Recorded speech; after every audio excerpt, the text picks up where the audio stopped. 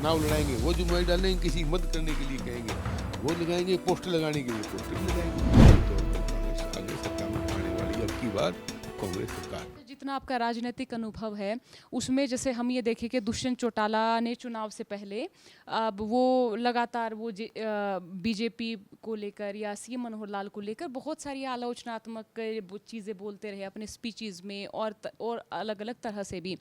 तो अब जिस तरह से वो अपने संगठन को लेकर मजबूती कर रहे हैं, लोगों से बातचीत कर रहे हैं, रैलियां भी कर रहे हैं, तो क्या जनता इमोशनल हो जाती है जब चुनाव आते हैं कि ये तो हमारा ही छोरा है, हमारा ही बालक है, इस तरीके से?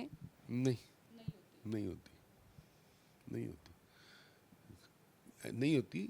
आज जनता जागरूक है, और जनता जागरूक है तो वो आज मुद्दे की बात करते हैं कि कौन क्या करने जा रहा है, क्या विजन है। आज विजन के ऊपर और कौन क्या करने जा रहा है और पिछला रिकॉर्ड क्या करने का रहा है, उन्होंने क्या वायदे किए थे, वो कितने पूरे कर चुके कि नहीं कर चुके, विजन है। अब चौधरी भूपेंद्र सिंह हुड्डा 10 साल मुख्यमंत्री रहे। आज किसान, उनकी युवा किसान, गरीब आदमी, दुकानदार उनकी सरकार क्यों चाहता है?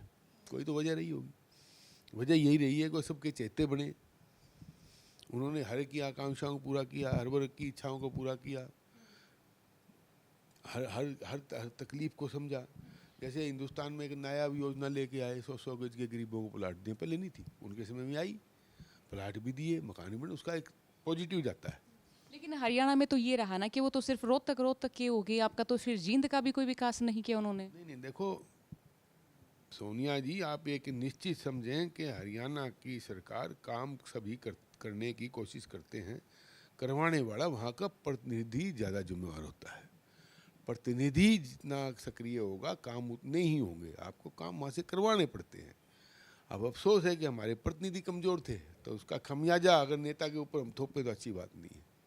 प्रतिनिधि कमज़ोर रहे हैं। बाकी हुड्डा साहब के समय में यूनिवर्सिटी बनी, उसका पॉजिटिव जा रहा है, स्टेडियम नया बना, उसका पॉजिटिव जाएगा, और ये मेडिकल कॉलेज जिसकी आज बीजेपी पीठ थपथपा रही है, ये हुड्डा साहब की सोच का नतीजा था।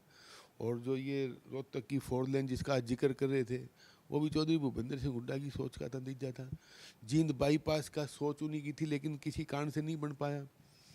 और जो आज ये बड़ी बड़ी लाइनें खींच रहे हैं कि हमने इतना 152 बड़े बड़े रोड बनवा दिए, ये कहीं ना कहीं चौधरी भूपेंद्र सिंह हुड्डा के समय में ये योजना बन चुकी थी। आपको पता ही है, जिस तरह सोनीपत रेलवे लाइन निकली, एक समय में योजना बनती है तो वो योजना पूरी होते होते अमली जामा करते करते बहुत समय लगता है, यही कारण रहा है।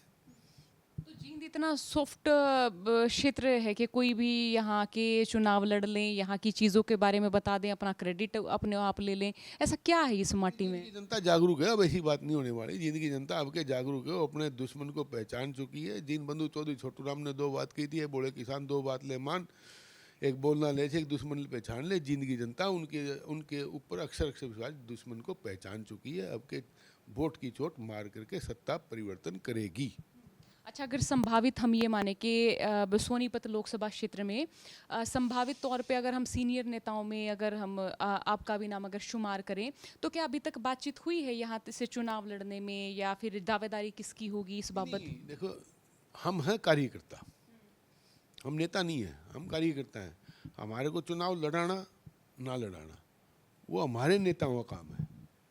हमें जैसा आदेश मिलेगा पार्टी के लिए हम वही करेंगे। हम इस चीज़ के लिए पार्टी में रहे हैं, पहले भी रहे। हमारा बिल्कुल मन साफ है कि हमारी इस प्रकार का नहीं, हमारे कोई ये झगड़ा नहीं कि मेरी दादा लाई मेरी जिम्मेवारी है। वो तो जो भी जिम्मेवारी देंगे, आज जैसे चौधरी भूपेंद्र सिंह हुड्डा हैं, आज CLP लीडर हैं, उनके नेतृत्व में मैं शामिल हुआ। बड़ौदा बाई इलेक्शन में मैं उनके गया, मेरे को ले गए, तो उनकी जिम्मेवारी, उनकी मर्जी है, वो मेरे को लड़ाने योग्य समझते हैं कि नहीं समझते। जैसे राजनीतिक रूप से मैं 2 बार विधायक रहा हूँ, चुनाव तो लड़ना चाहता हूँ, लेकिन लड़ाना तो उनको है ना। अब मैं ज़बरदस्ती लड़ नहीं सकता। उनकी इच्छा है। अगर वो परमिंदर के अंदर गुण देखेंगे तो परमिंदर को अपना प्रतिनिधि बना के चुनाव लड़ाएंगे। अब किसको लड़ाएंगे वो उनके ऊपर निर्भर करता है। जो जिम्मेवारी वो डालेंगे हम उनकी जिम्मेवारी निभाएंगे। वो चुनाव लड़ाएंगे वो जिम्मेवारी डालेंगे, किसी की मदद करने के लिए कहेंगे वो लगाएंगे, पोस्टर लगाने के लिए पोस्टर भी लगाएंगे। अब एक बार और जींद के बीच में मैं आपको लेकर जाना चाहूँगी। ओपी चौटाला साहब ने यहाँ पर चुनाव लड़ा। अब भी अभय चौटाला ये बोलते हैं कि ये जो है उनका इनेलो का गढ़ रहा या इनेलो का इलाका रहा है, इस तरह से। तो हर पार्टी यहाँ बनती गई, सिमटती गई, ये क्या कारण रहा जींद में? जींद के अंदर देखो ये बात भी सही है कि हर पार्टी यहाँ अपना अपना वजूद कायम रख सकी है, और घर किसके रहे किसके नहीं रहे इस विषय पर चर्चा न करके अगर हम ये कहें कि आने वाले चुनाव के अंदर जींद की जनता जींद के भविष्य को देख करके वोट देगी, और वो निश्चय कर चुकी है, और वो है कांग्रेस पार्टी। ऐसा मान सकते हैं? माननी निश्चित है।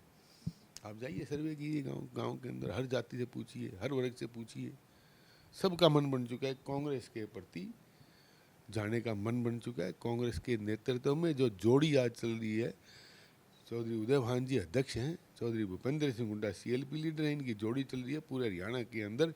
आज कांग्रेस की अलग जगाने मजबूती देने के लगे हुए हैं, और निश्चित तौर पर कांग्रेस आगे सत्ता में आने वाली है अब की बार कांग्रेस सरकार।